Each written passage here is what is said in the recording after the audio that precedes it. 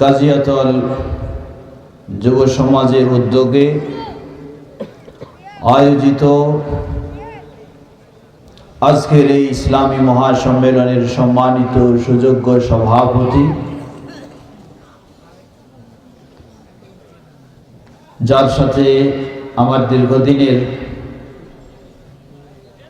পরিচয় যোগাযোগ রয়েছে, কিন্তু তিনি এ জায়গায় এসে যে কথাগুলি শুনলাম সেগুলি তিনি নিজের মুখ দিয়ে কখনো খুলে বলেননি।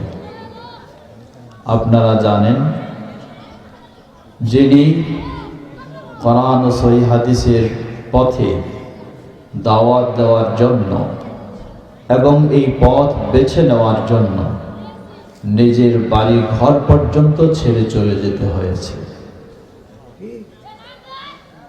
তার সেই অবদানের কথা তিনি কোনোদিন আমাকে বলেননি, কিন্তু এলাকায় এসে মানুষজন সে কথাই তার এই ত্যাগের কথা স্মরণ করলেন। আল্লাহ রাব্বুল আলামিন তাকে জাযায়ে খায়ের দান করুন।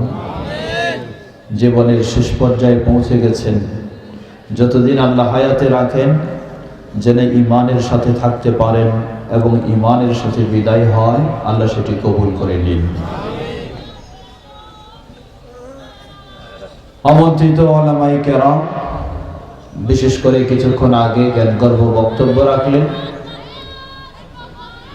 শেখ ডক্টর মুজাফফর বিন মুহসিন,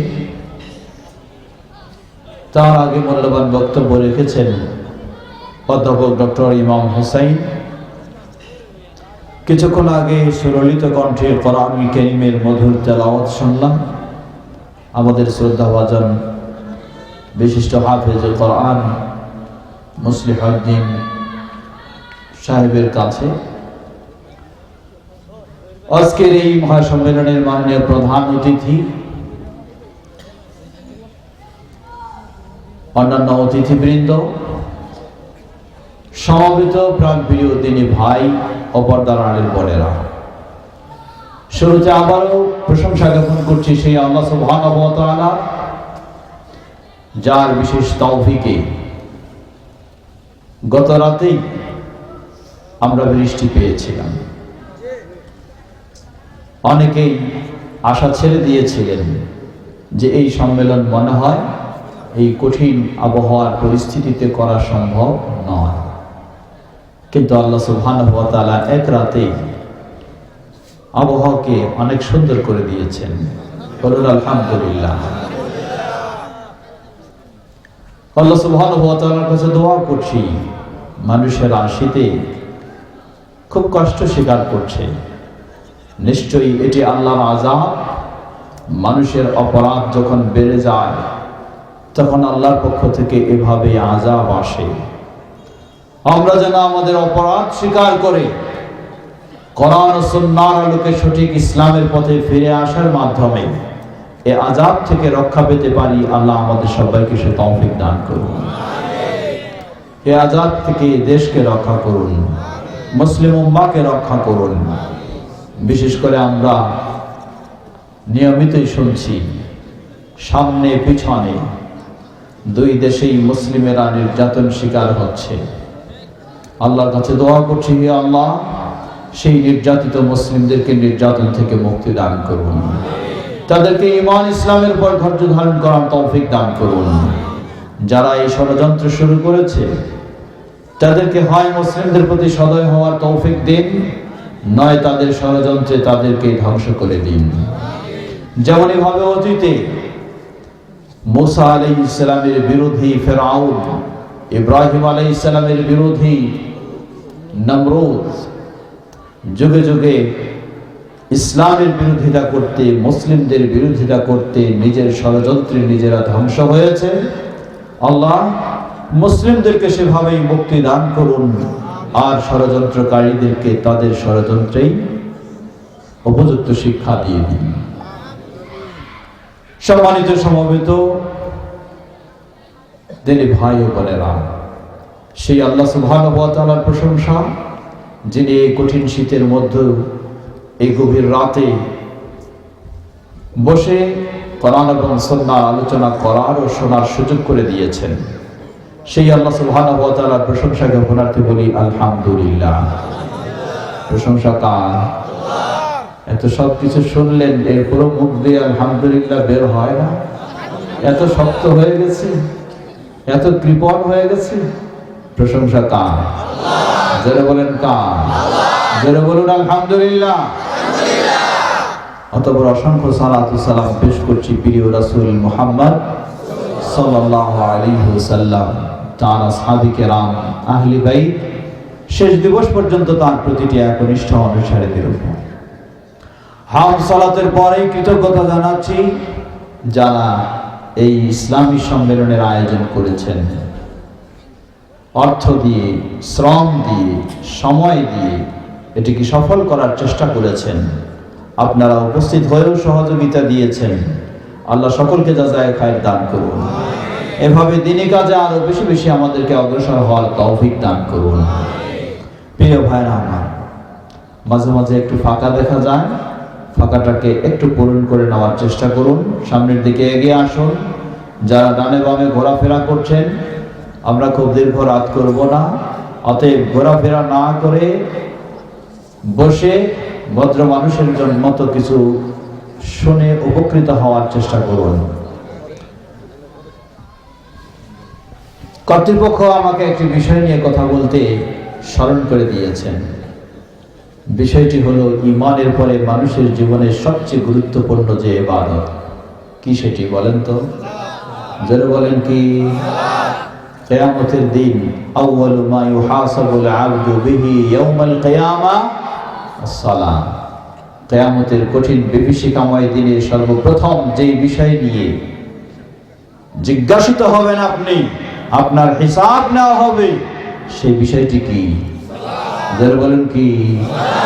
সুতরাং যেই বিষয়ের সর্বপ্রথম হিসাব নেওয়া হবে সেই বিষয়ের ক্ষেত্রে কোনো গাফেল থাকার সুযোগ নেই।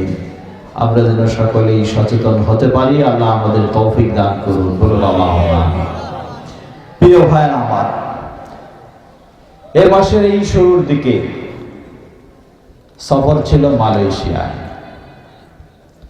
মালয়েশিয়ায় বেশ কয়েকটি গুরুত্বপূর্ণ তাদের ভালো দিক আমি লক্ষ্য করেছি। সেগুলির মাঝে একটি হলো, কিছুক্ষণ আগে আমাদের ওস্তাদুল হুফাজ সুললিত কণ্ঠে সুন্দর তেলাওয়াত শোনালেন। মালয়েশিয়ায় দেখলাম একজন মানুষ, দেখতে মনে হয় না ভালো একজন মুসলমান, কেমন উস্কো খুস্কো ভাব, কিন্তু যখন কোরআন তেলাওয়াত করে আমাদের দেশের ভালো আলেমদের চেয়েও ভালো তেলাওয়াত করে। এর মানে সকলেই, প্রতিটি মুসলিমই কোরআন খুব সুন্দরভাবে তেলাওয়াত করতে জানে। বলবেন কেন?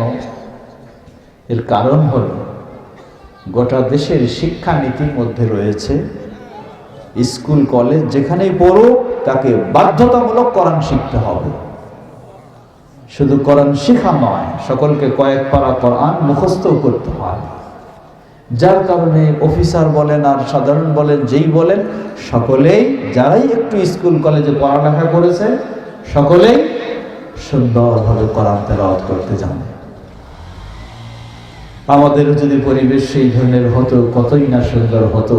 আল্লাহ কবুল করে নিন। বলুন আল্লাহুম্মা আমিন। দ্বিতীয় আরেকটি বিষয় দেখলাম, এখানে অনেক ভাই রয়েছেন, আমার কথাগুলি শুনবেন, বুঝবেন, শোনা শেষ না হয়ে বিরক্ত হবেন না। মালয়েশিয়ায় দেখলাম হাজার হাজার মসজিদ, মসজিদগুলি খুব সুন্দরভাবে নির্মাণ করা, সবগুলি বা বেশিরভাগই সরকারি ব্যয়ে নির্মাণ করা, এবং মসজিদের ইমাম মুয়াজ্জিন সব সরকারি ভাবেই নিয়োগ প্রাপ্ত। সব মসজিদগুলিতে দেখলাম মদিনার পরিবেশে যেমনই ভাবে ইমাম গায়রিল মাগদুবি আলাইহিম ওয়ালাদ-দাল্লিন বললে আওয়াজের সাথে আমিন বলে, মালয়েশিয়ার হাজার হাজার সব মসজিদে একইভাবে ইমাম ও মুক্তাদি সবাই আওয়াজের সাথে সুন্দর আমিন বলছে, বলুন আলহামদুলিল্লাহ। কিন্তু দুঃখের বিষয়, আমাদের দেশেই বললে অপরাধ হয়ে যায়, ঠিক কিনা? আমাদের দেশে বললেই অপরাধ হয়ে যায়। আমরা বলবো, ভাই কেন অপরাধ মনে করছেন? আল্লাহ নবী সাল্লাল্লাহু আলাইহি ওয়াসাল্লাম বললেন, সহিহ মুসলিমের হাদিস, সাপ গর্ত থেকে বের হয়ে নিজের প্রয়োজন মিটিয়ে আবার কোথায় ফিরে যায়? গর্তে ফিরে যায়। ঠিক সেভাবেই ইসলাম মক্কা মদিনা থেকে বের হয়ে গোটা বিশ্বে বিস্তৃত হয়ে আবার ফিরে যাবে কোথায়? Mecca Medina. মক্কা মদিনায় যাওয়ার সুযোগ যদি হয় তো আলহামদুলিল্লাহ, সুযোগ না হলেও মিডিয়ার যুগ, আপনার ঘরে বসে মদিনা মসজিদে নববীর চ্যানেলটি আপনি অন করুন, বাইতুল্লাহিল হারাম কাবার চ্যানেলটি অন করুন, দেখবেন 5 ওয়াক্ত সালাত কিভাবে হচ্ছে, দেখবেন ফজর মাগরিব ঈশা ইমাম ও মুয়াজ্জিন মুক্তাদি সকলেই মিলে কিভাবে সুন্দর মধুর আমিনের আওয়াজ উঁচুভাবে সবাই বলছে, কি বলেন ঠিক কিনা? সুতরাং ওই মক্কা মদিনা বাদ দিলাম আহলে হাদিসদের আমল, মসজিদে নববী যেদিন থেকে নবী মুহাম্মদ সাল্লাল্লাহু আলাইহি ওয়াসাল্লাম ওই মদিনার পরিবেশে সালাত আদায় করেছেন ইমাম হিসাবে, সেদিন থেকে শুরু করে আজও সেই মসজিদে নববীতে সেই আওয়াজেই সেখানে আমিন চলছে। এটি কি অপরাধ? একটু ভাবা উচিত। বরং এগুলিকে ধামাচাপা দেওয়ার জন্য কত জঘন্যতম মিথ্যা, এমনকি সাহাবীদেরকেও অপবাদ দেওয়া হয়, সেই কথাগুলি সমাজে ছড়ানো হয়, কি বলেন ঠিক কিনা? কিছু অবুঝ মানুষ এগুলিকে প্রতিবাদ করতে গিয়ে বলেন যে নবী সাল্লাল্লাহু আলাইহি ওয়াসাল্লাম যখন সালাতে দাঁড়াতেন তার পিছনে মুসল্লিরা থাকতো, কিন্তু এই মুসল্লিরা পিছনে আছে না চলে গেছে এটি নিশ্চিত হওয়ার জন্য আমিন বলার নিয়ম দিয়েছিলেন। কি বলবেন? আর একটু জোরে বলুন। সেই মুসল্লিরা কারা? বাংলাদেশের মুসল্লিরা ছিল? কারা ছিল? পৃথিবীর শ্রেষ্ঠ মুসল্লি যারা, তারাই ছিলেন, তারাই হলেন সাহাবায়ে কেরাম, যাদের ব্যাপারে স্বয়ং আল্লাহ সুবহানাহু ওয়া তাআলা বলেন, রাদিয়াল্লাহু আনহুম ওয়া রাদু আনহু, স্বয়ং আল্লাহ তাদের প্রতি সন্তুষ্ট হয়েছেন, তারা আল্লাহর প্রতি সন্তুষ্ট হয়েছেন, বলেন সুবহানাল্লাহ। সেই সাহাবীদেরকে এই একটি জঘন্যতম অপবাদ দেওয়া হচ্ছে, তারা নাকি নবী সাল্লাল্লাহু আলাইহি ওয়াসাল্লামের পিছনে সালাতে দাঁড়িয়ে পরে ভেগে চলে যেতেন, বলুন নাউযুবিল্লাহ। কি জঘন্যতম অপবাদ! আপনি মানবেন না সেটা আলাদা বিষয়, এটি আপনার দুর্বলতা, কিন্তু না মানতে গিয়ে, প্রতিবাদ করতে গিয়ে আপনি সাহাবীদেরকে পর্যন্ত এভাবে অপবাদ দিবেন, এত স্পর্ধা আপনার! জাহান্নাম বেছে নেওয়ার জন্য এটাই যথেষ্ট, আর কিছু লাগবে না, কি বলেন ঠিক কিনা? সাহাবীদেরকে আপনি এই ধরনের অপবাদ দেবেন, ঠিক একই অপবাদ সালাতে দাঁড়ানোর পরে, রুকুতে যাওয়ার আগে 2 হাত কাঁধ বা কান পর্যন্ত তুলতে হয়, আবার রুকু থেকে ওঠার পরে একইভাবে করতে হয়। এটাও নাকি কাঁধে বগলে পুতুল নিয়ে দাঁড়াতেন, সেগুলি ফেলে দেওয়ার জন্যই এভাবে হাত তোলার নির্দেশ বা নিয়ম দিয়েছেন। কি জঘন্যতম মিথ্যা! এবং এই মিথ্যা হলো কাকে কেন্দ্র করে? এই জামাতে দাঁড়িয়ে সালাত আদায়ের নিয়ম মক্কায় ছিল না, সেটি শুরু হয়েছে কোথায়? মদিনা। মক্কার সেই সাহাবায়ে কেরাম যারা সকল প্রকার প্রকাশ্য অপ্রকাশ্য শিরক প্রতিমা পূজা সব হারাম করে দিয়ে, বর্জন করে দিয়ে নিজের জীবন সর্বোচ্চ ত্যাগ স্বীকার করেছেন। জান মাল সব আল্লাহ সুবহানাহু ওয়া তাআলার সন্তুষ্টি অর্জনের জন্য উৎসর্গ করে দিয়েছেন। এমনকি জায়গা জমি বাড়ি ঘর আত্মীয় স্বজন সব মক্কায় রেখে গিয়ে মদিনায় গেলেন মুহাজির সাহাবী, আনসার সাহাবী। এরপরেও তারা নাকি বগলে পুতুল নিয়ে সালাতে দাঁড়ালেন। লা হাওলা ওয়ালা কুওয়াতা ইল্লা বিল্লাহ। এত বড় জঘন্যতম অপরাধ কোন মুসলিমের মুখ দিয়ে এই কথা বের হতে পারে না। কোথায় আপনার ঈমান? সাহাবীদের প্রতি কোথায় আপনার ভালোবাসা? কোথায় আপনার সাহাবীদের প্রতি ভালো ধারণা? এত জঘন্যতম ধারণা। আল্লাহু আকবার। আল্লাহকে ভয় করা উচিত। এজন্যই বলি আমরা, আপনি কি মানছেন মানেন, কমপক্ষে আল্লাহকে ভয় করুন, তাহলে এই মিথ্যা কথাগুলি ইসলামের নামে ছড়াবেন না। আল্লাহ আমাদের সকলকে আল্লাহকে ভয় করে চলার তৌফিক দান করুন। প্রিয় ভাইরা আমার, এটাও রফউল ইয়াদাইন না করার জন্য এই বানাওটি মিথ্যা ভিত্তিহীন কথাগুলি এবং সাহাবীদেরকে পর্যন্ত অপবাদ দেওয়া হয়। তো যেটা বলছিলাম, মালয়েশিয়ার এই সুন্দর পরিবেশ, শুধু মালয়েশিয়া নয়, আরেকটি দেশে দাওয়াতি সফরে গেলাম, সেটি হচ্ছে মালদ্বীপ। মালদ্বীপ পৃথিবীর মধ্যে যে সমস্ত আকর্ষণীয় ভ্রমণের দেশ, সেগুলির মধ্যে অন্যতম হলো মালদ্বীপ। সমুদ্রের ভিতরের দেশ। উপরে তাকালে নীল আকাশ, নিচে তাকালে নীল পানি। কি এক অপরূপ দৃশ্য, সুবহানাল্লাহ। সেখানেও মানুষ বসবাস করে। সেই মালদ্বীপে সেখানে গেলাম দাওয়াতি কাজে, দাওয়াতি প্রোগ্রামে। মাননীয় সেই দেশের ধর্মমন্ত্রী যিনি ছিলেন, তার বিশেষ আমন্ত্রণে সেখানে মসজিদগুলিতে দেখলাম এত সুন্দর মসজিদগুলি, এবং ঠিক মদিনার পরিবেশে সময় ঠিক রেখে, পদ্ধতি ঠিক রেখে, সব নিয়মগুলি ঠিক রেখে সেই মালদ্বীপের মসজিদগুলিতে সালাত আদায় হচ্ছে। কয়েক মসজিদে আমি সালাত আদায় করলাম। আমার সালাতও যখন তারা দেখলেন তাদের সাথে মিলে গেছে, তখন তারা আমাকেই ইমামের জায়গায় আগিয়ে দিলেন। আমি সালাত ইমামতি করছি আর একটু শঙ্কা করছি, জানি না এখানে আবার সম্পূর্ণ মিলবে কি না।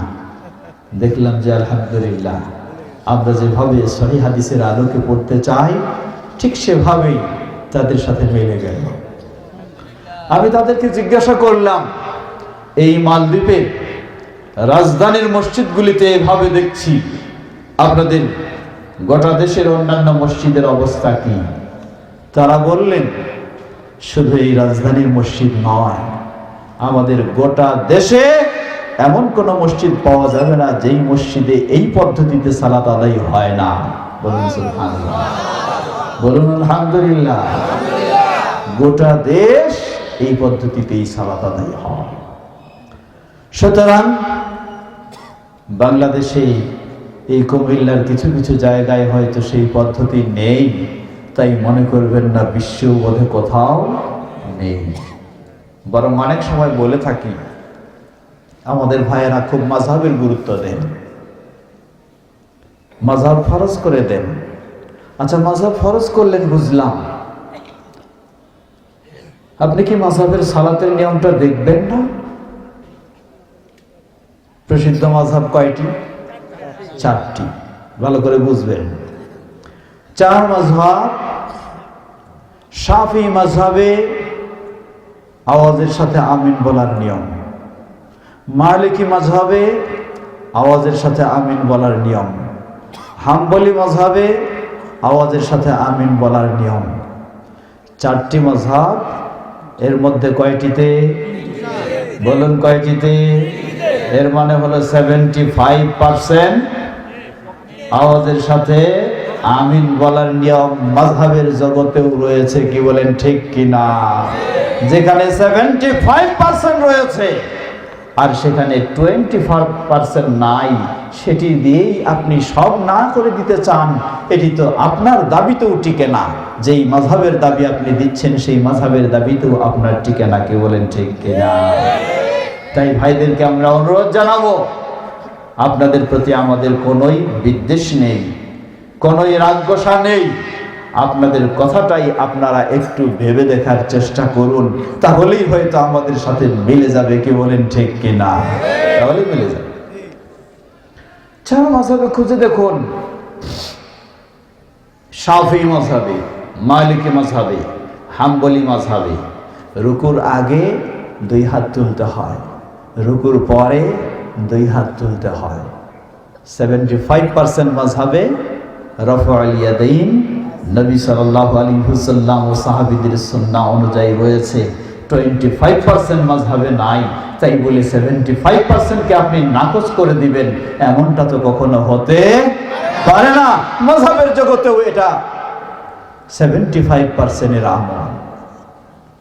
আসুন, যেই পথেই আপনি যেতে চান আমরাও যাব আপনার সাথে সেই পথেই, কিন্তু খুঁজে খুঁজে এটাই পাবো ইনশাআল্লাহ। পৃথিবীতে পরিবেশ এমন একদিন সেটাই তৈরি হবে।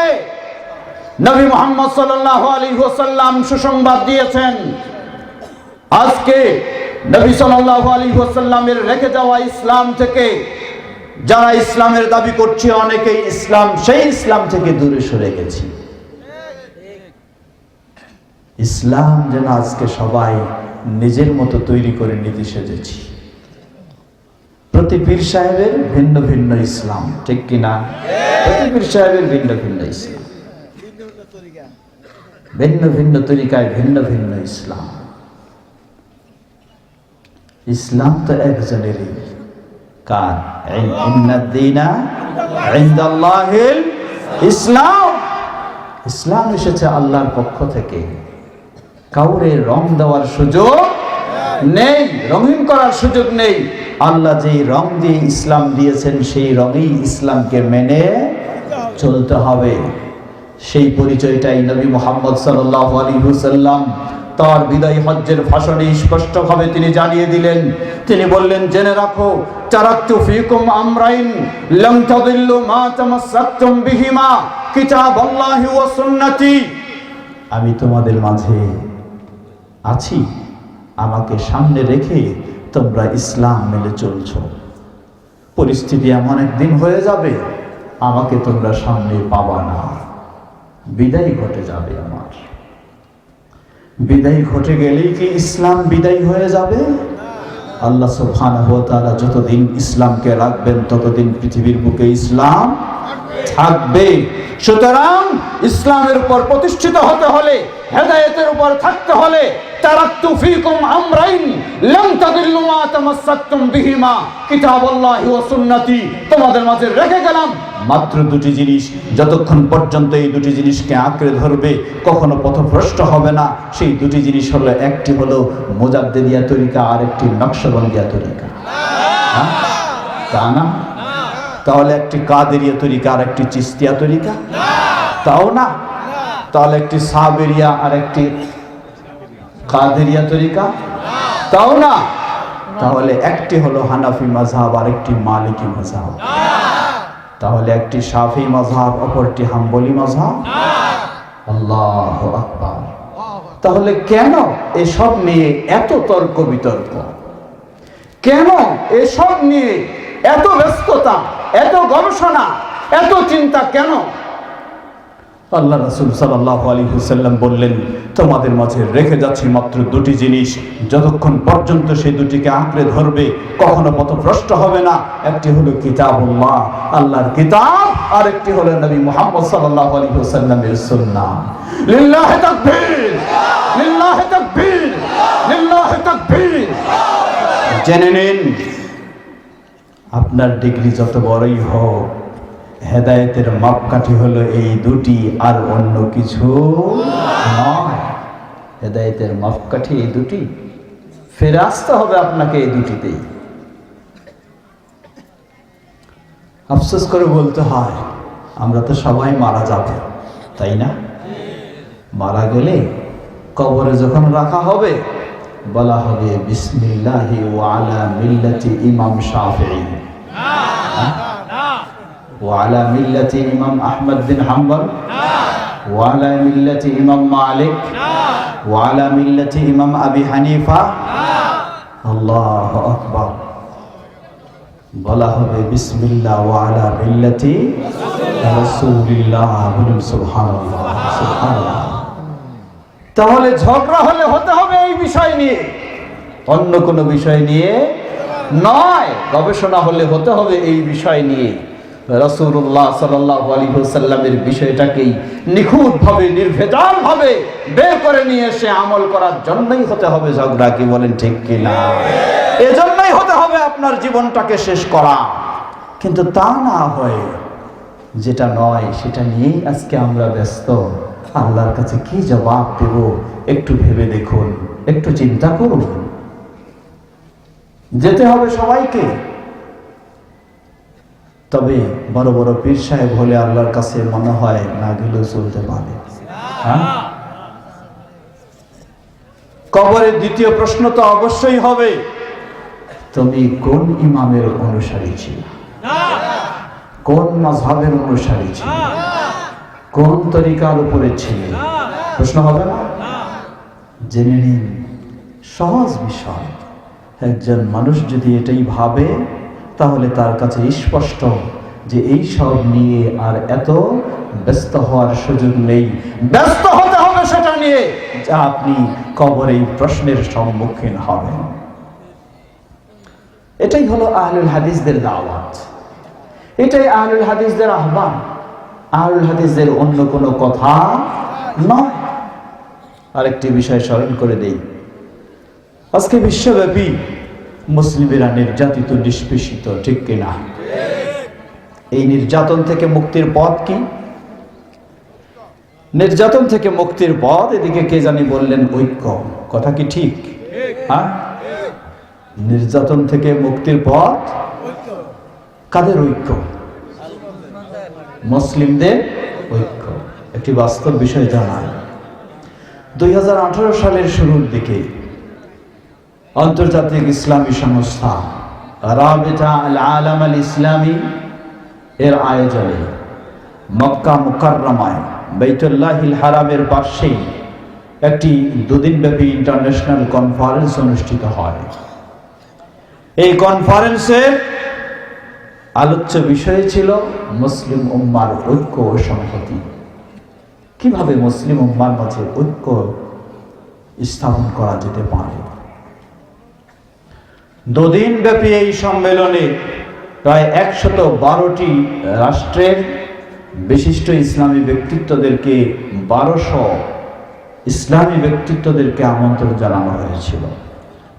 বাংলাদেশ থেকেও কয়েকজন ছিলেন, তাদের মধ্যে বাংলাদেশ জমিয়তে আহলে হাদিসের সেক্রেটারি জেনারেল হিসাবে আমাকেও সেখানে আমন্ত্রণ জানানো হয়েছিল। দুদিনের এই কনফারেন্সের সামারি হল, সকলের বক্তব্যের শেষ কনফারেন্সের প্রস্তাবাবলী হচ্ছে আজকে মুসলিম উম্মাহ বিভিন্ন মাযহাবে, তরিকায়, দলে, উপদলে বিভক্ত। যে কোনো একটির মাধ্যমে ঐক্যবদ্ধ হতে চাইলে তা কোনোদিন সম্ভব নয়।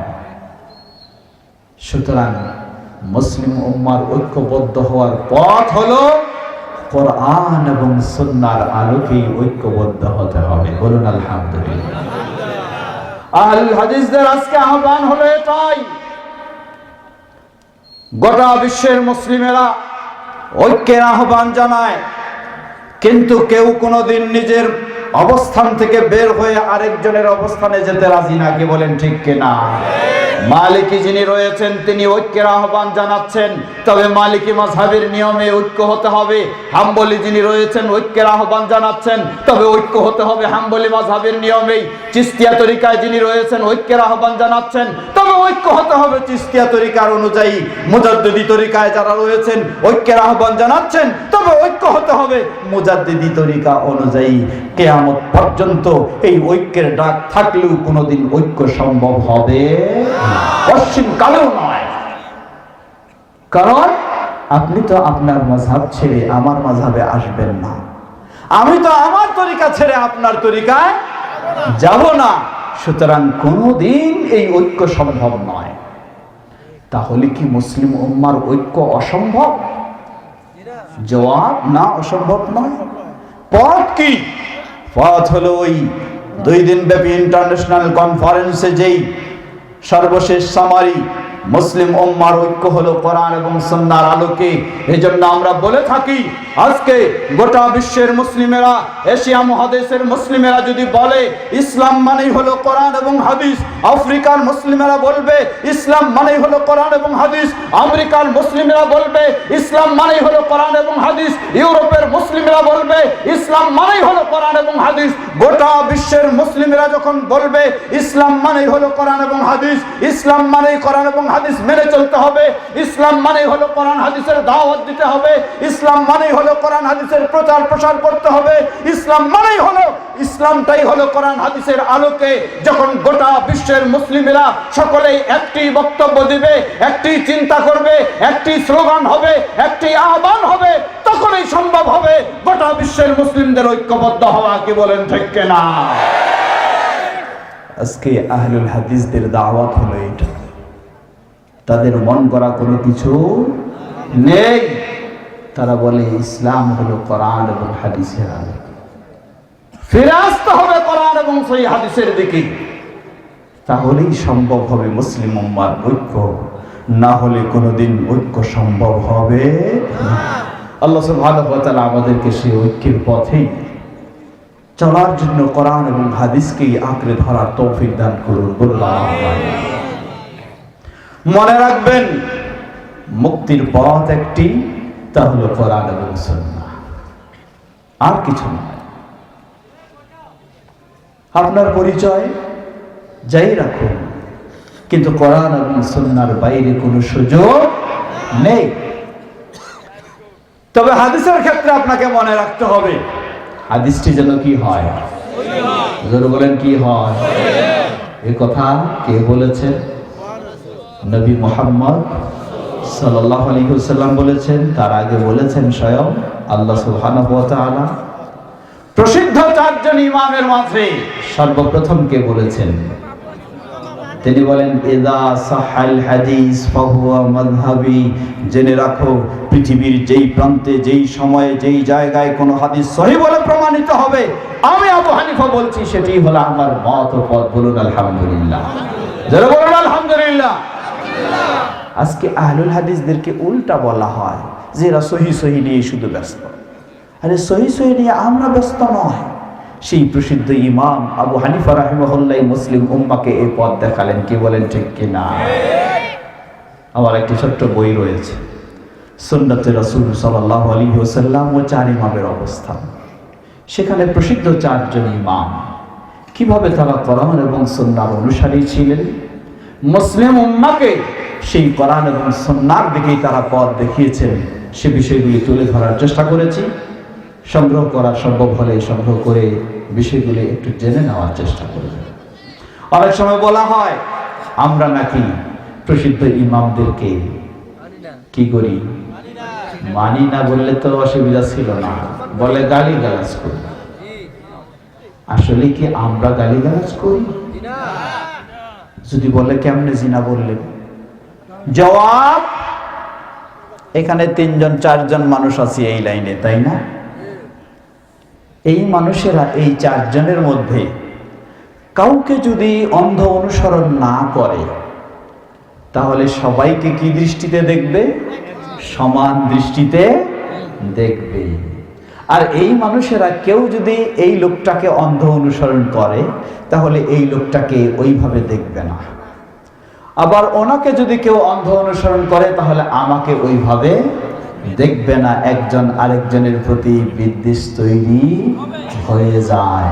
তাই হয়েছে যিনি শাফি তিনি ইমাম আবু হানিফাকে ভালো চোখে দেখেন না, যিনি মালিকি তিনি ইমাম শাফিকে ভালো চোখে দেখেন না, যিনি শাফি যিনি হানাফি তিনি ইমাম শাফিকে ভালো চোখে দেখেন না। কিন্তু আহলুল হাদিসদের কথা হলো তারা প্রসিদ্ধ ইমামগণ 4 জন আরো যারা রয়েছেন তারা সকলেই ইসলামের জন্য তাদের সাধ্যমধ্যে অবদান রেখেছেন। আমরা কাউকে অন্ধ অনুসরণ করব না, আবার কাউকে অসম্মানও করব না। এটাই হলো আহলুল হাদিসদের নীতি। কি বলেন ঠিক কিনা? এটাই নীতি। সুতরাং আহলুল হাদিসেরা কখনো তাদেরকে অসম্মান করে না। যদি কোনো ব্যক্তি তার বক্তব্য কথায় পাওয়া যায় এটি তার ব্যক্তিগত ভুল, এটি আহলুল হাদিসের নীতির ভুল নয়। কি বলেন ঠিক কিনা? এটি তার ব্যক্তিগত। বরং আমরা স্পষ্ট জানাতে চাই সেই প্রসিদ্ধ ইমামগণ, ইমাম আবু হানিফা রাহিমাহুল্লাহ কত সুন্দর কথা বলেছেন দেখুন। তিনি তার ছাত্র আবু ইউসুফ, ইমাম আবু ইউসুফকে লক্ষ্য করে বলছেন, ইয়াকা ওয়াল কাউলা ফি দীনিল্লাহি বিররায়, জেনে রাখো তোমাকে সতর্ক সাবধান করছি, আল্লাহর দ্বীনের ব্যাপারে মন গড়া কথা বলো না। ওয়া আলাইকুম বিইত্তিবা'i সুন্নাহ, তোমাদের অপরিহার্য কর্তব্য হলো রাসূল সাল্লাল্লাহু আলাইহি ওয়াসাল্লামের সুন্নাহর অনুসরণ করা। কারণ মান খারাজা আনহা ফাকাদ যাল্লা, যে সুন্নাহ থেকে বের হয়ে যাবে সে কখনো হেদায়েতের উপর থাকতে পারে না। ইমাম আবু হানিফা রাহিমাহুল্লাহর মতো ব্যক্তি এই ধরনের উপদেশ দিয়ে গেলেন। সেই উপদেশ আমরা দৃঢ়ভাবে দাবি করতে পারি, সেই উপদেশ আমরাই সঠিকভাবে মানার চেষ্টা করি। কি বলেন ঠিক কিনা? কারণ আমাদের কাছে যদি কোনো বলা হয় এটাই দ্বীনের জিনিস, দ্বীনের ইবাদত, দ্বীনের কাজ, আমরা সাথে সাথে একটি প্রশ্ন রাখি, আসলেই এটি কি কোরআন এবং সহিহ হাদিসে প্রমাণিত? কি বলেন ঠিক কিনা? এই প্রশ্ন। অপরপক্ষে অন্যজনকে যদি বলা হয় তিনি সাথে সাথেই প্রশ্ন রাখবেন, এটি কি আমার মাযহাবে আছে? যদি থাকে তাহলে আহলান সাহলান, যদি না থাকে তাহলে নিয়ে যান, নিয়ে যান। হ্যাঁ, থাকলে আহলান সাহলান, না থাকলে আপনার জিনিস আপনি নিয়ে যান, এটা আমার দরকার নেই। পৃথিবীর বুকে, বাংলাদেশে নয়, কুমিল্লায় নয়, গোটা বিশ্বে যেখানেই এই আদর্শের, এই আকীদার, এই আহলুল হাদিস বা সালাফি আদর্শের মানুষ দেখবেন, সেখানেই একই কথা। কোনো কথা বললেই আপনার কাছে প্রশ্ন রাখবে, আসলে এটি কি কোরআন এবং সহিহ হাদিসে প্রমাণিত? যদি প্রমাণিত হয় আমার সব চিন্তাকে ফেলে দিয়ে সেটাকেই গ্রহণ করব। যদি প্রমাণিত না হয় তাহলে আপনারটা আপনার কাছে, আমার সেটি দরকার নেই। আজকে আহলুল হাদিসদেরকে বিভিন্নভাবে অপবাদও দেওয়া হয়। বলা হয় তারা নাকি চরমপন্থী, তারা নাকি উগ্রপন্থী। আসলে কি আহলুল হাদিসরা চরমপন্থী হতে পারে? কখনো নয়। আমরা প্রশাসন সহ সকলকে স্পষ্টভাবে জানিয়ে দিতে চাই, আহলুল হাদিসরা কোনোদিনই চরমপন্থী ছিলেন না, এবং চরমপন্থী মতবাদকে কখনো তারা মেনে নেয় না, স্বীকৃতি দেয় না। বরং সবচেয়ে যারা দৃঢ়ভাবে প্রতিবাদ জানায় চরমপন্থা, উগ্রপন্থার, তারাই হলো আহলুল হাদিসরা। ঠিক কিনা? বলবেন কেন, কিভাবে, যুক্তি কি? চরমপন্থা কখনো কোরআন সুন্নাহর সঠিক পন্থা নয়। ঠিক কিনা? উগ্রপন্থা কখনো কোরআন হাদিসের সঠিক পন্থা নয়। আহলুল হাদিসেরা কোরআন এবং হাদিসের সঠিক পন্থাই মেনে চলার চেষ্টা করে। সুতরাং তারা কোনোদিন চরমপন্থী, উগ্রপন্থী হতে পারে না। বিশেষ করে বলতে চাই, আহলুল হাদিসদের আরেকটি স্বভাব হলো, বৈশিষ্ট্য হলো, তারা জীবনের যে কোনো বিষয়ে, আকীদায়, আমলে, আদর্শে সব সময় লক্ষ্য করে তাদের প্রিয় ব্যক্তি নবী মুহাম্মদ সাল্লাল্লাহু আলাইহি ওয়াসাল্লামের এই ক্ষেত্রে অবস্থান কি। যদি থাকে তাহলেই মেনে নেয়, যদি নাই তাহলে নাই। সকলেই জানি, মুসলিম ও মুসলিম এক বাক্যে জানে, পৃথিবীর বুকে শান্তি প্রতিষ্ঠায় যিনি প্রতীক হিসাবে অবদান রেখেছেন, শ্রেষ্ঠ শান্তি প্রতিষ্ঠায় যিনি অবদান রেখেছেন, তিনি হলেন নবী মুহাম্মদ সাল্লাল্লাহু আলাইহি ওয়াসাল্লাম। স্বয়ং আল্লাহ সুবহানাহু ওয়া তাআলা বলেন, ওয়া ইন্নাকা লাআলা খুলুকিন আযীম। পৃথিবীর বুকে হে মুহাম্মদ তুমি হলা মহান আদর্শের অধিকারী।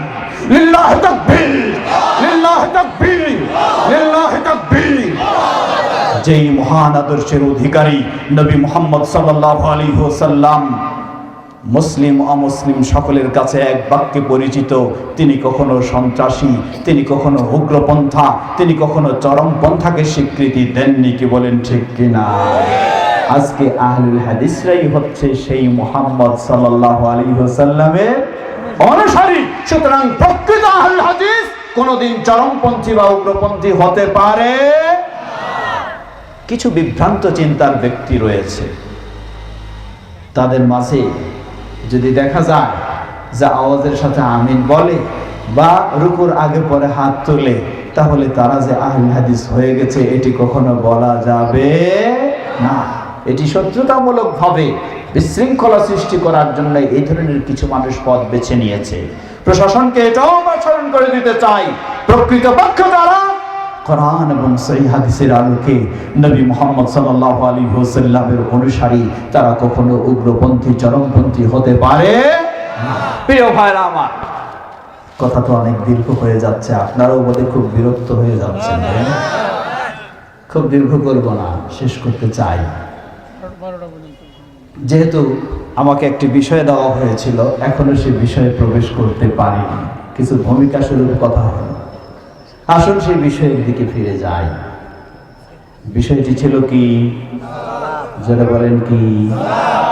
আজকে আমরা ওয়াজ শুনতে খুবই মজা পাই, কিন্তু সালাতে যেতে খুব কষ্ট পাই। হ্যাঁ, ঠিক কিনা? ওয়াজ শুনতে খুবই মজা পাই, কিন্তু সালাতে যেতে খুব কষ্ট পাই।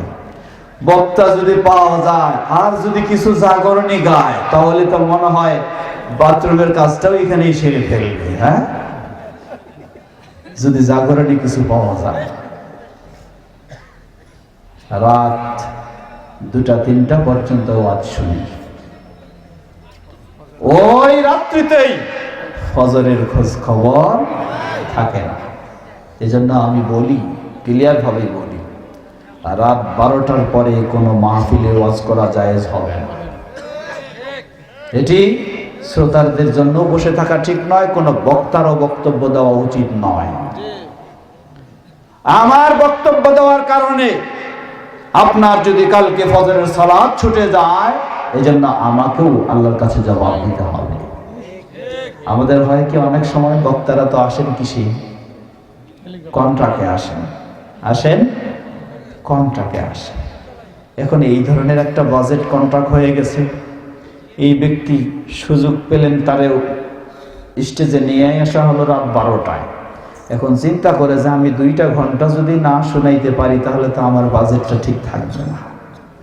তাই মানুষের নামাজ ঠিক থাকুক আর না থাকুক এটা পরের বিষয়, আমার বাজেটটা ঠিক রাখতে হবে। তাই মানুষ নিয়ে বসেই থাকে আর শোনাতেই থাকে ওয়াজ।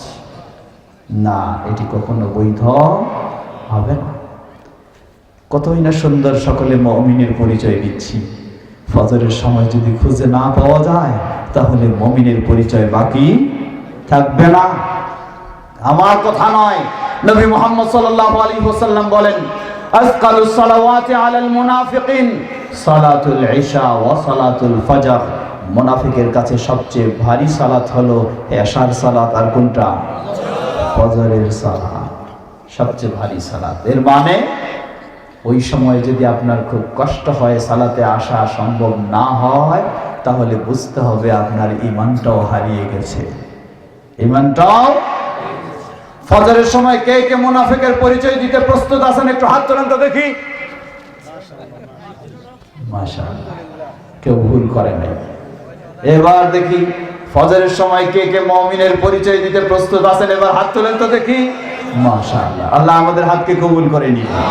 আমরা শুধু আজকের ফজর নয়, গোটা জীবনে ফজর এবং 5 ওয়াক্ত সালাত যেন সঠিকভাবে আদায় করতে পারি, আল্লাহ আমাদের তৌফিক দান করুন। আমরা যেন গোটা জীবনটাই প্রকৃত একজন নামাজি হতে পারি, আল্লাহ আমাদের জন্য কবুল করে নিন।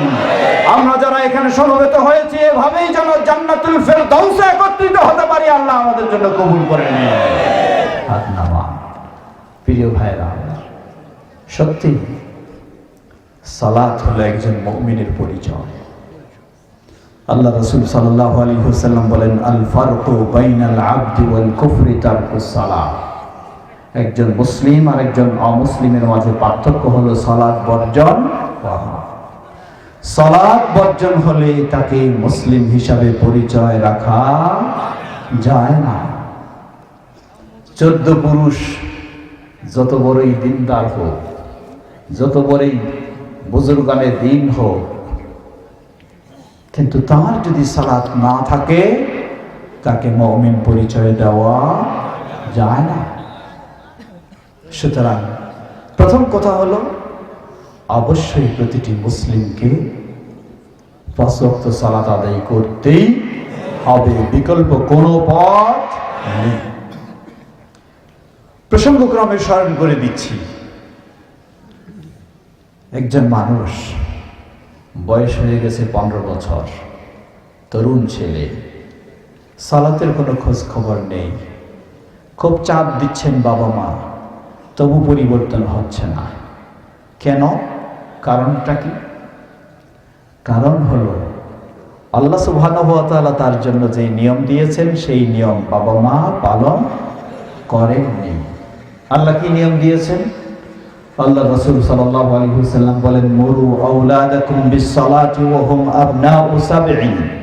তোমাদের সন্তানেরা, বাচ্চারা, তাদের বয়স যখন 7 বছর হয় তখনই তোমরা তাদেরকে সালাতের নির্দেশ দাও।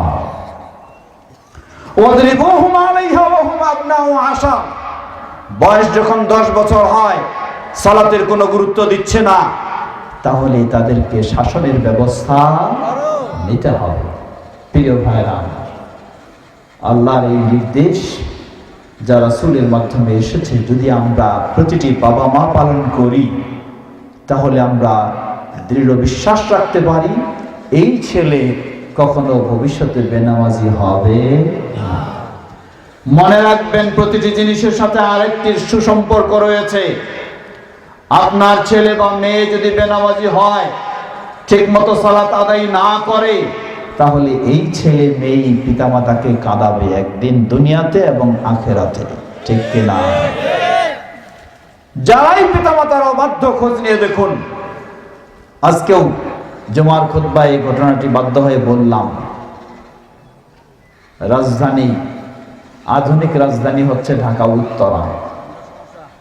ঢাকা উত্তরায় বাবা ছেলেকে অনেক শিক্ষিত করেছেন, এমনকি ঢাকা উত্তরার মতো জায়গায় নামি দামি কোম্পানির ফ্ল্যাট পর্যন্ত ছেলের নামে বাবা কিনে দিয়েছেন। বাবা ছেলের জন্য কতই না করেছেন। শিক্ষিত করেছেন, বহু উচ্চ শিক্ষিত, ভালো চাকরির ব্যবস্থা করে দিয়েছেন, রাজধানী উত্তরার বুকে ফ্ল্যাটের ব্যবস্থাও করে দিয়েছেন। ওই বাবা অসুস্থ হয়ে গেলেন। অসুস্থ হলে বাবাকে হাসপাতাল নেওয়ার মতো ছেলের সুযোগ নেই। মানুষেরা, আশপাশের মানুষেরা এসে বাবাকে হাসপাতালে নিয়ে গেলেন। এটি কাহিনী নয়, বাস্তব ঘটনা। হাসপাতালে নিয়ে গেলেন, ছেলের কোনো খোঁজ খবর নেই। হাসপাতালে চিকিৎসার পর বেচারি হাসপাতালে ইন্তেকাল করলেন। হাসপাতাল কর্তৃপক্ষ লাশ বুঝে দেওয়ার জন্য কোনো মানুষ খুঁজে পাচ্ছে না। সংবাদ পেলেন যে অমুকের অমুক ছেলে, তার ফোন নাম্বার পেলেন, সংগ্রহ করলেন। ছেলেকে ফোনে বলা হচ্ছে, আপনার বাবা হাসপাতালে ইন্তেকাল করেছেন, আপনি লাশ নিয়ে যাওয়ার ব্যবস্থা করুন। ওই ছেলে যাকে বাবা এত উচ্চ শিক্ষিত করে চাকরি বাড়ি সবকিছুর ব্যবস্থা করে দিয়েছেন, ছেলে ফোনে জবাব দিচ্ছে, আমি মিটিংয়ে আছি, আমার সময় নাই, আঞ্জুমান মুফিদুল ইসলামকে লাশ দিয়ে দেন, ব্যবস্থা করুন। আল্লাহু আকবার, আল্লাহু আকবার। এই হলো আদর্শ সন্তান, এই হলো শিক্ষিত সন্তান। কারণটা কি? সমস্যাটা কোন জায়গায়? সমস্যা হলো ওই জায়গায় ছেলেকে উন্নত আদর্শ করার জন্য মানুষ করার জন্য তার পিছে লক্ষ লক্ষ টাকা খরচ করে নামি দামি প্রতিষ্ঠানে পড়ালেন, কিন্তু ছেলে 5 ওয়াক্ত সালাত আদায় করলো কিনা সেটি কোনোদিন খোঁজ খবর নেন না। ছেলেকে অনেক কিছুই শিক্ষা দিলেন, বাবা মায়ের বুক ভরা আশা ছেলে মেয়ের মুখ থেকে যেন আল্লাহর কাছে বের হয়, রব্বির হামহুমা কামা রব্বায়ানি সগীরা।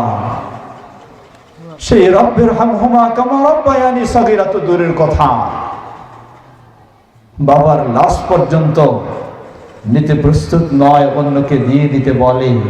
কারণ ছেলেকে অনেক কিছুই শিখালেন, কিন্তু রবের সাথে পরিচয় কিভাবে ঘটবে ছেলেকে কোনোদিন সেটি শিখান নাই, ঠিক কিনা?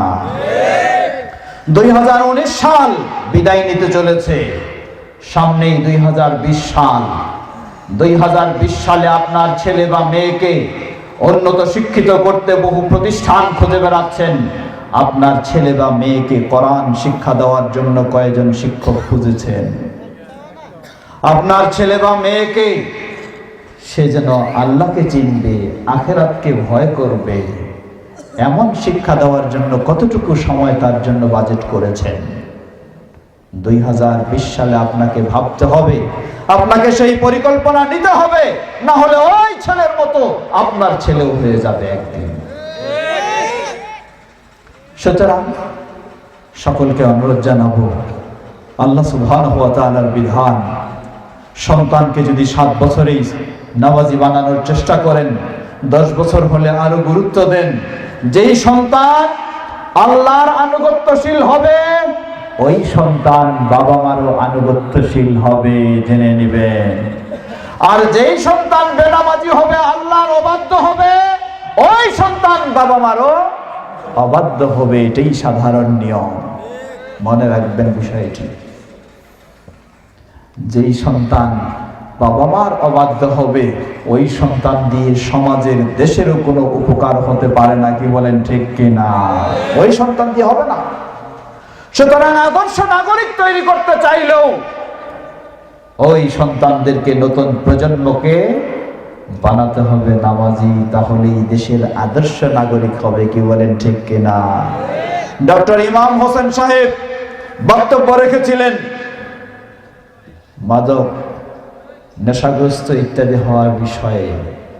আমার ছেলে মেয়ে যদি নামাজি না হয় তাহলে খুব সহজেই নেশাগ্রস্ত হয়ে যাবে, ঠিক কিনা? প্রশাসন আমাদেরকেও স্মরণ করে দেন, আমরা যেন এই বিষয়গুলি গুরুত্ব দিয়ে কথা বলি। কোনো সন্দেহ নেই, অবশ্যই আমরা আমাদের বক্তব্যে নতুন প্রজন্ম যেন আদর্শ হয়, আদর্শবান হয়, তারা যেন দেশের কল্যাণকামী হয়, সে কথা অবশ্যই আমরা বলবো।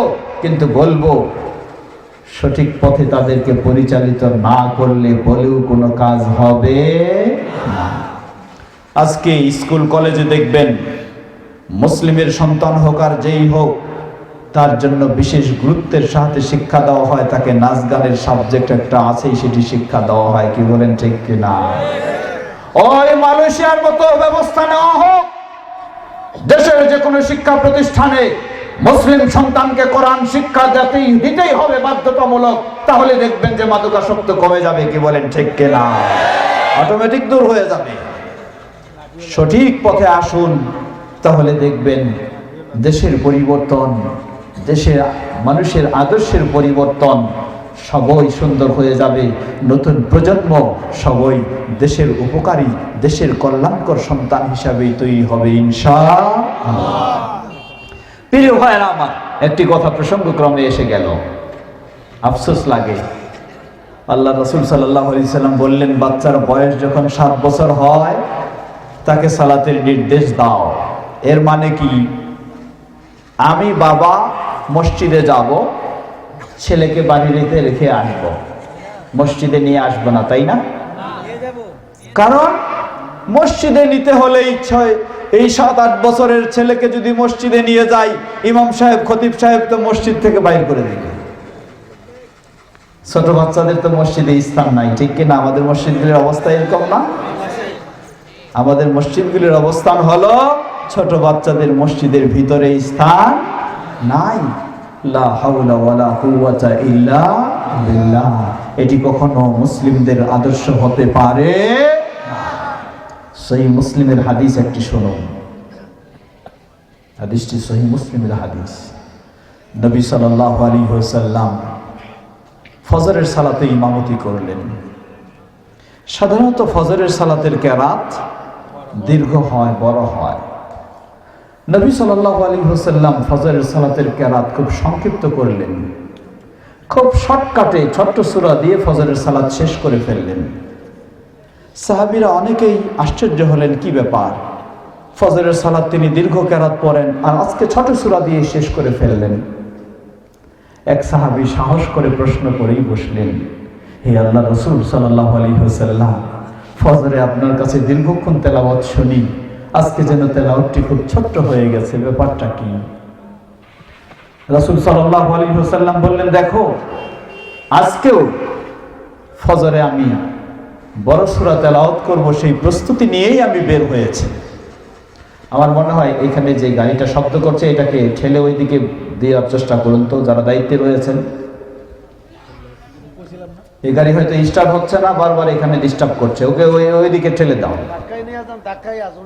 প্রিয় ভাইরা আমার, আল্লাহ রাসূল সাল্লাল্লাহু আলাইহি ওয়াসাল্লাম জবাব দিলেন, বললেন, দেখো আজকের ফজরেও আমি দীর্ঘ সূরা পড়ব বলে সেই চিন্তা করেই, নিয়ত করেই বের হয়েছি, কিন্তু আমি যখন ফজরের সালাত শুরু করি, ফজরের সালাত শুরু করলেই সূরা ফাতিহা পাঠ করতেই আমার কানে ভেসে আসলো এক কান্নার, ছোট বাচ্চার কান্নার আওয়াজ ভেসে আসলো আমার কানে। এই ছোট বাচ্চার কান্নার আওয়াজ শুনে আমি বুঝলাম বাচ্চার মা বাচ্চাকে রেখেই সালাতে আমাদের সাথে দাঁড়িয়েছে।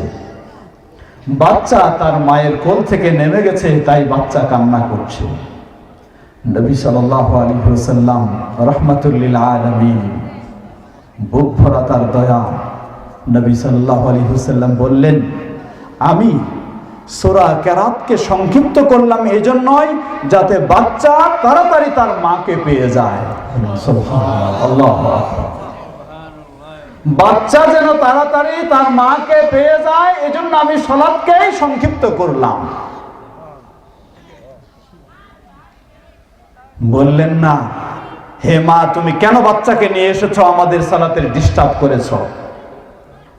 আমাদের খতিব সাহেবরা তো এটাই বলবেন, ঠিক কিনা?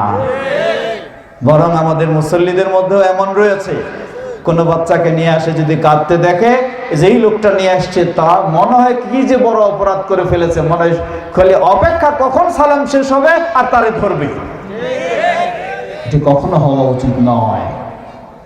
নবী মুহাম্মদ সাল্লাল্লাহু আলাইহি ওয়াসাল্লাম দেখুন, তিনি রুকু সিজদা ঠিকই করেছেন, কিন্তু কেরাতের পরিমাণটা শর্ট করেছেন যেন তাড়াতাড়ি সালাম ফিরালে ওই বাচ্চা যেটি কান্না করছে সে তার মাকে যেন তাড়াতাড়ি পেয়ে যায়। সুবহানাল্লাহ, সুবহানাল্লাহ। এই হাদিস অনেকগুলি বিষয় শিক্ষা দেয় আমাদের। প্রথম হলো, ছোট বাচ্চাকে নিয়েও মসজিদে মা আসতে পারে।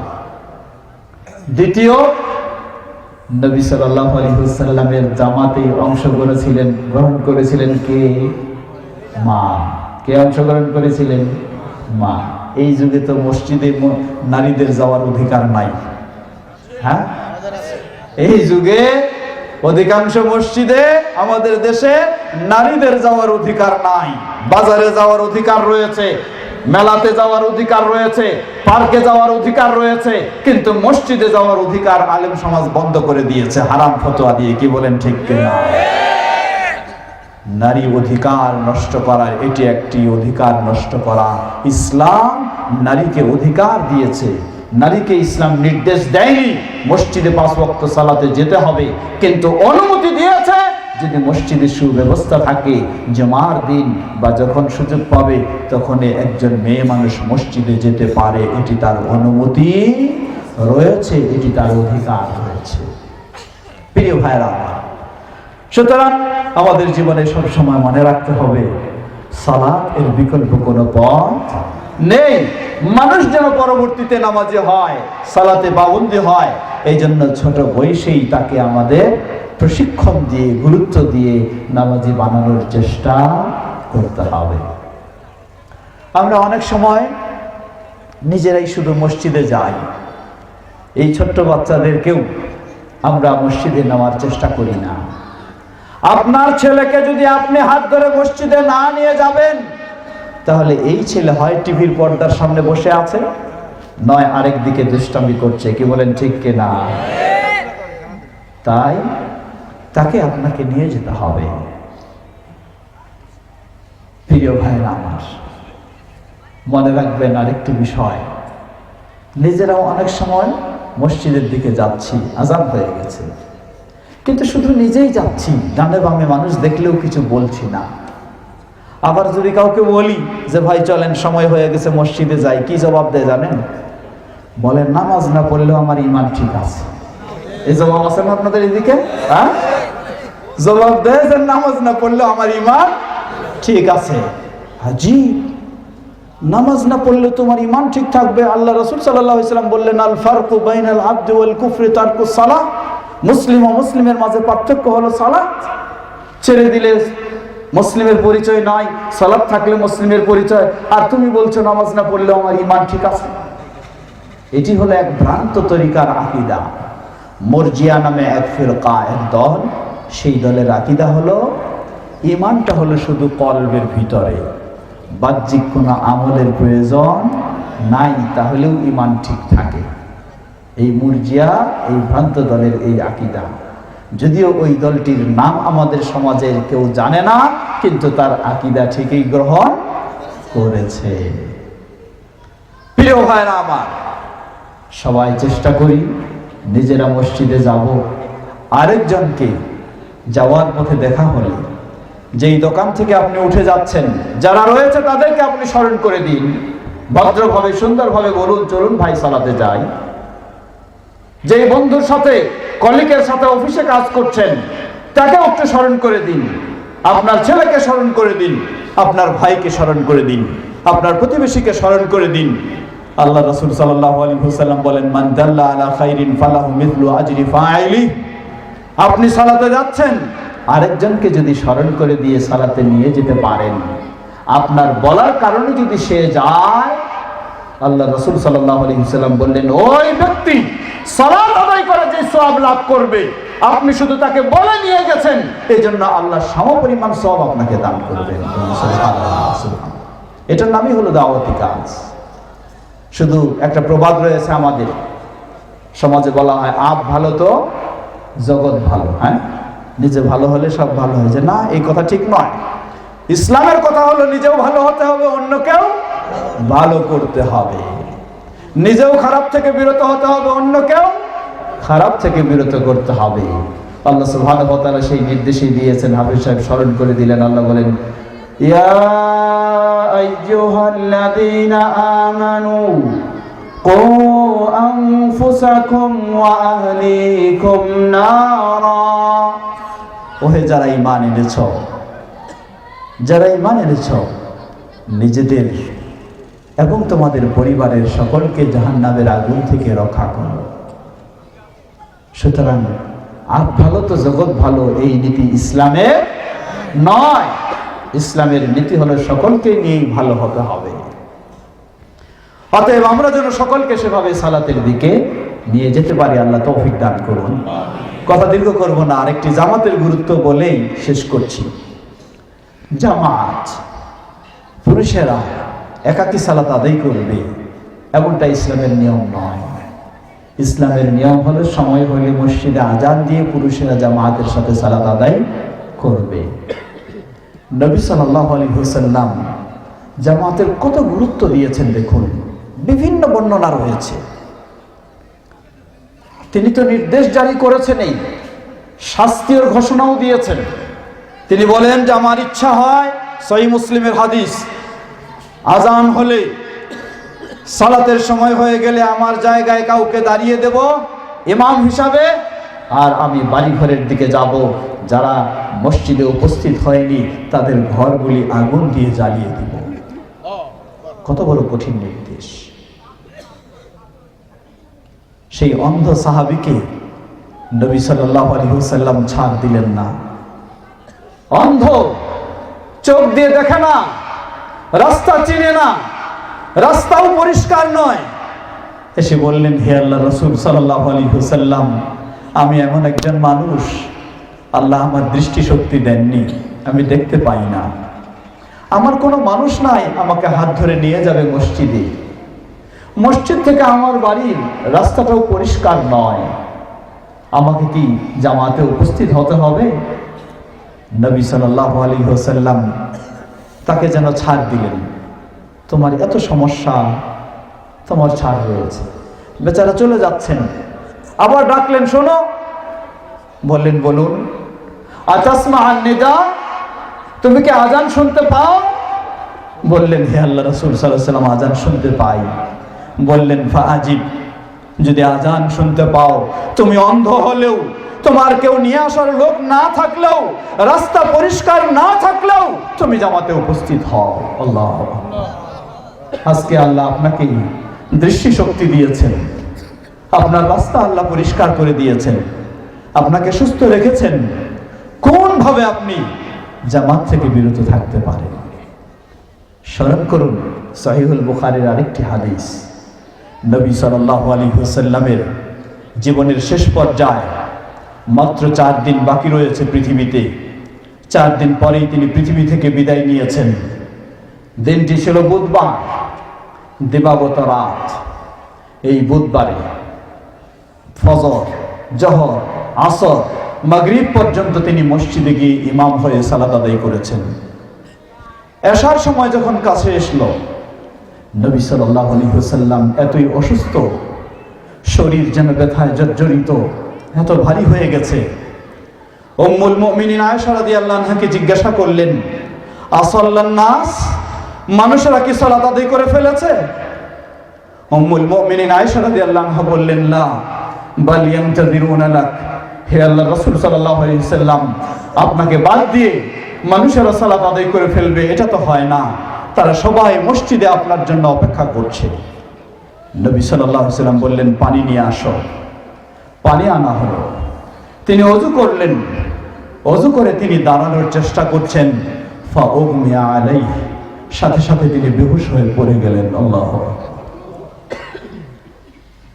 সুম্মা উফিক, জ্ঞান ফিরে আসলো। আবার জিজ্ঞাসা করলেন, আসাল্লান নাস, মানুষেরা কি সালাত আদায় করে ফেলেছে? বললেন, লা বাল ইয়ানতাযিরুনা লাক, হে আল্লাহ রাসূল সাল্লাল্লাহু আলাইহি ওয়াসাল্লাম, তারা আপনার জন্য অপেক্ষা করছে।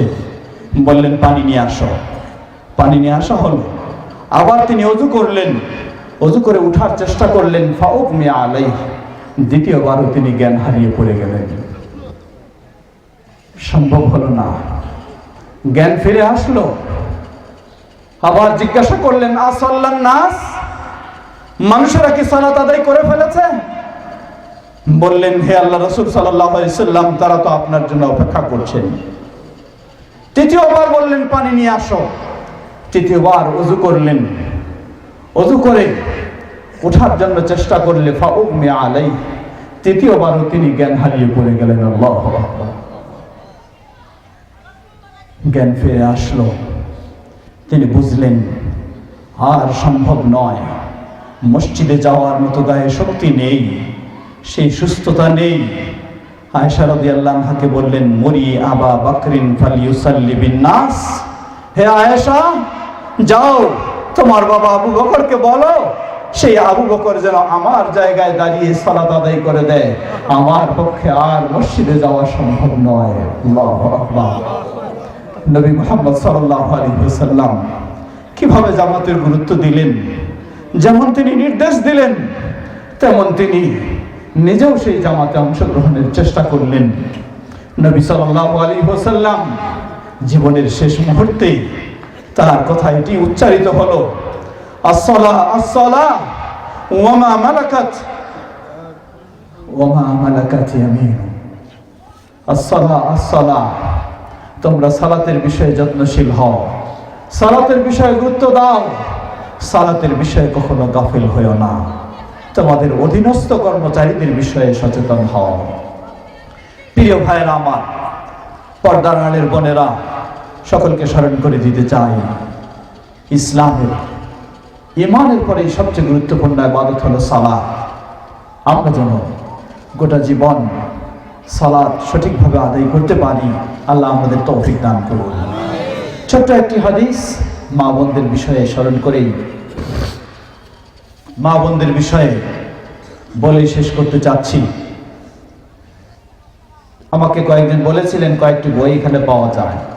একটি হলো সালাতের বই, আরেকটি সুন্নতে রাসূল সাল্লাল্লাহু আলাইহি ওয়াসাল্লাম ও চার ইমামের অবস্থান, আরেকটি হলো বাংলার বুকে 70 বছর আগে যিনি এই সহিহ আকীদার দাওয়াত অলিগলিতে দিয়ে সকলকে সুপ্রতিষ্ঠিত করেছিলেন, আল্লামা মুহাম্মদ আব্দুল্লাহ আল কাফি আল কুরাইশি রাহিমাহুল্লাহ, তার সেই দাওয়াতি চিত্র। 3টি বই, দাম 300 টাকা, এখানে ছাড় রয়েছে বিশেষ। 3টি বই মাত্র 150 টাকা, কয়েক কপি পাওয়া যাবে, আপনারা সংগ্রহ করে নেবেন আলোচনা শেষে। পর্দার আলের মা ও বোনদেরকে স্মরণ করে দিচ্ছি, ইসলাম নারীদের জন্য বিষয়টি কত সহজ করে দিয়েছে, বলুন আলহামদুলিল্লাহ। সেই বিষয়ে দীর্ঘ কথা বলার সুযোগ নেই। আল্লাহ রাসূল সাল্লাল্লাহু আলাইহি ওয়াসাল্লাম বললেন, আইয়ু ইমরাতিন সাল্লাত খামসাহা, কোন মুসলিম নারী দিন রাত 24 ঘন্টায় যদি 5 ওয়াক্ত সালাত আদায় করে, কয় ওয়াক্ত? 5 ওয়াক্ত সালাত আদায় করবে। কিন্তু সালাত বুজুর্গানে দিন যেমন বলেছেন তেমন আদায় করতে হবে, তাই না? কেমন? সহিহুল বুখারী 631 নম্বর হাদিস, নবী সাল্লাল্লাহু আলাইহি ওয়াসাল্লাম স্পষ্ট ঘোষণা দিয়েছেন, সাল্লু কামা রাআইতুমুনি উসাল্লি, তোমরা আমাকে যেভাবে দেখেছো ঠিক সেভাবেই সালাত আদায় করো। নারী হোক আর পুরুষ হোক, সকলের জন্যই এই নির্দেশ, সকলের জন্য এই নির্দেশ। আমাদের সমাজে নারীদেরকে ভোর সালাতের শিক্ষা দেওয়া হচ্ছে। নারী পুরুষের সালাতের মাঝে কি কোনো পার্থক্য আছে?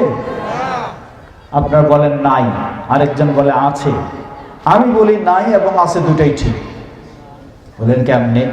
এর মধ্যে বিস্তারিত কিছু পার্থক্য আমার সালাতের বইয়ে তুলে ধরেছি দলিল সহকারে। উদাহরণস্বরূপ ধরে নিন, সালাতের পূর্বে কতগুলি প্রস্তুতির বিষয় রয়েছে। তার মাঝে সতর ঢাকা হলো ফরজ না নফল? শরীরটাকে ঢেকে নিতে হয়। একজন পুরুষ সালাতে দাঁড়াতে হলে তাকে কমপক্ষে নাভি থেকে হাঁটু পর্যন্ত এবং 2 কাঁধ ঢেকে নিতে হবে। একজন মেয়ে মানুষেরও এটুকু ঢাকলেই তো যথেষ্ট হবে, হ্যাঁ? হবে না? একজন মেয়ে মানুষকে মাথা থেকে পা পর্যন্ত ঢাকতে হবে। তাহলে নারী পুরুষের পার্থক্য হলো কিনা? অবশ্যই, অবশ্যই পার্থক্য রয়েছে। তাই মৌলিক কিছু বিষয়ে পার্থক্য অবশ্যই রয়েছে। কিন্তু উঠা বসা, রুকু সেজদা, হাত বাঁধা হাত তোলা, সেগুলির ক্ষেত্রে সহিহ হাদিসে নারী পুরুষের মাঝে কোনো পার্থক্য নেই। উঠা বসা, রুকু সেজদা, হাত তোলা, হাত বাঁধা, নারী পুরুষের মাঝে সহিহ হাদিসে কোনো পার্থক্য নেই। যেগুলি দেখানো হয় রুকু এবং সেজদা ভিন্নভাবে করা, সেই হাদিসগুলি কখনোই গ্রহণযোগ্য নয়।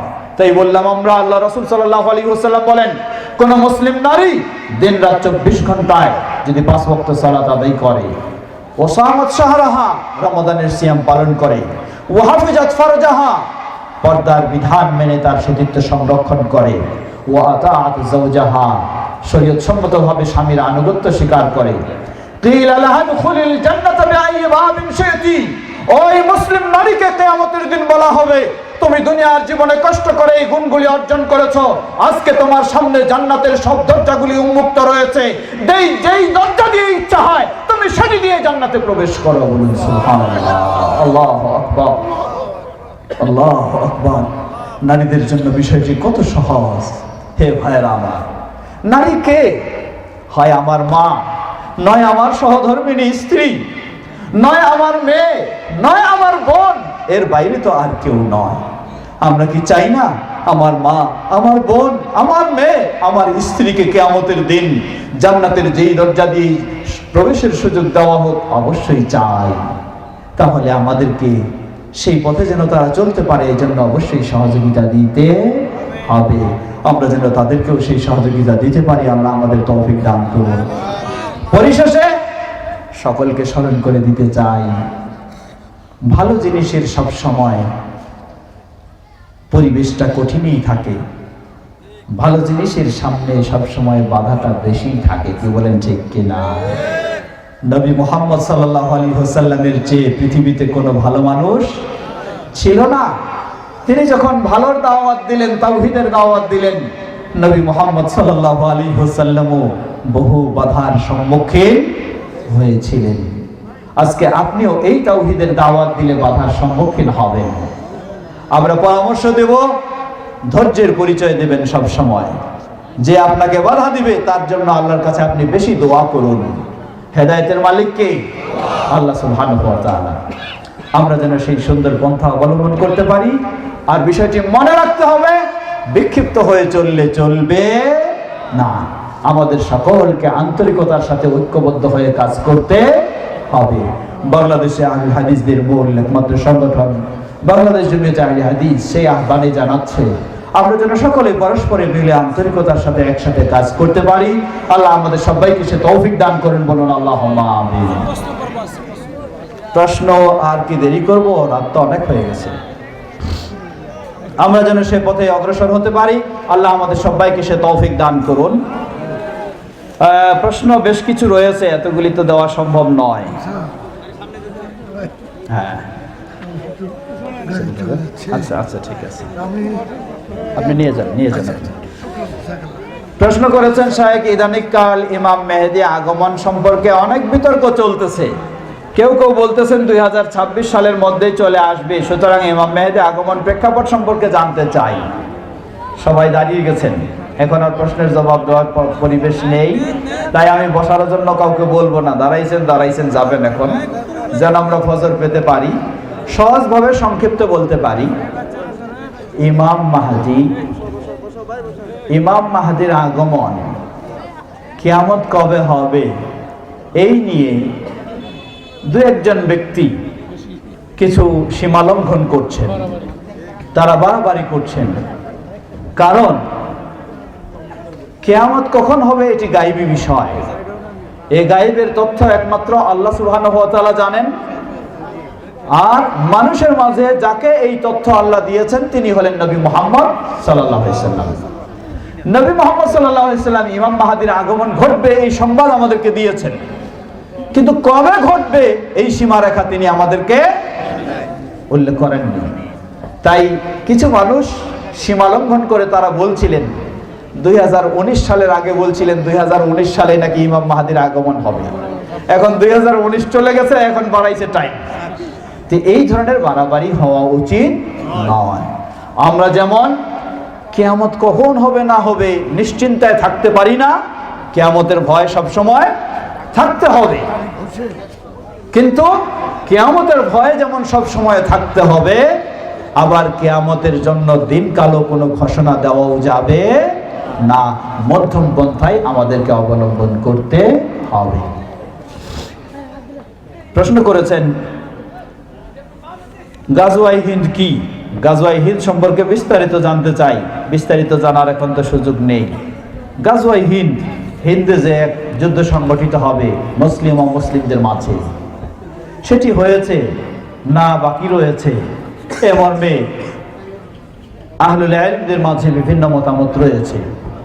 জবাব সংক্ষিপ্তভাবে বলতে পারি, ইসলাম যতদিন থাকবে এই ধরনের সংঘর্ষ মুসলিম অমুসলিমদের মাঝে ঘটেই থাকবে। অতএব খোলাফায়ে রাশিদিনের যুগেও যেমন এই হিন্দে অভিযান হয়েছে, ঠিক তেমনি ভাবে পরবর্তীতে হয়েছে, আরো ভবিষ্যতেও হবে। আমি একটি চাকরির জন্য আবেদন করেছি, যে চাকরির জন্য আমি যথেষ্ট যোগ্যতম সম্পন্ন ছিলাম, কিন্তু দুঃখজনক হলেও সত্য যে ঘুষ কিংবা টাকার জন্য চাকরিটা হচ্ছে না। এখন আমার মূল প্রশ্ন হলো, আমার যোগ্যতা থাকা সত্ত্বেও যেহেতু টাকার জন্য চাকরিটা হচ্ছে না, সেহেতু আমি কি টাকার বিনিময়ে চাকরিটা নিলে আমার চাকরি কিংবা চাকরির বেতন হারাম হবে? জবাব, ঘুষ কাকে বলে?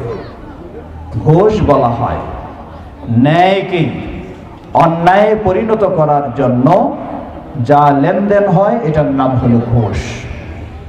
কিন্তু ন্যায়কে প্রতিষ্ঠিত করার জন্য যা মাজলুম হয়ে দিতে হয়, সেটাকে ঘুষ বলা হয় না। অতএব আমরা বলবো আপনার জন্য দুটি পথ।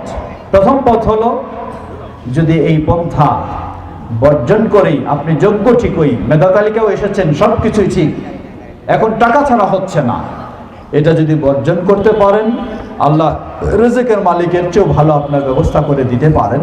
এটি হলো সবচেয়ে উত্তম পন্থা।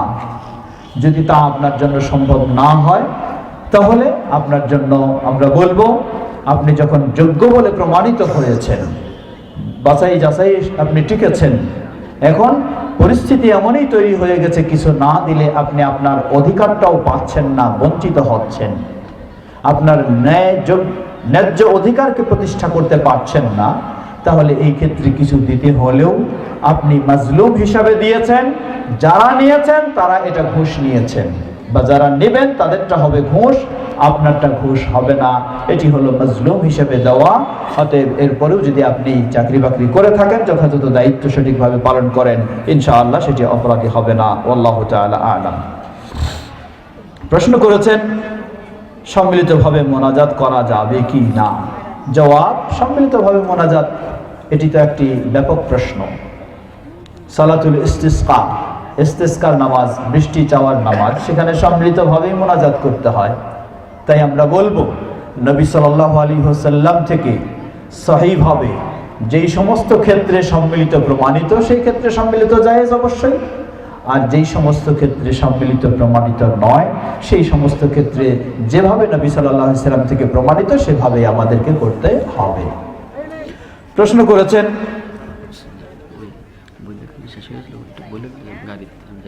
আছে, আচ্ছা থাকলে নিয়ে আসো তুমি তাড়াতাড়ি।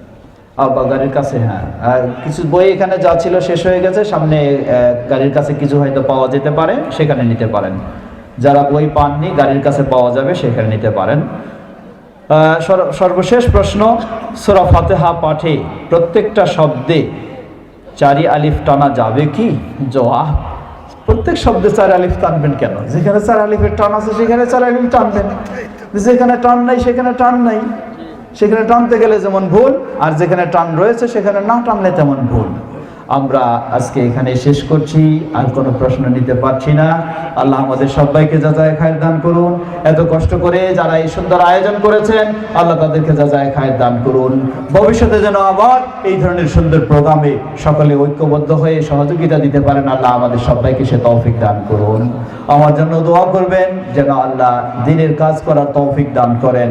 যেই ধরনের সুস্থতা যোগ্যতা দরকার, আল্লাহ যেন সেই ধরনের সুস্থতা যোগ্যতা দান করেন।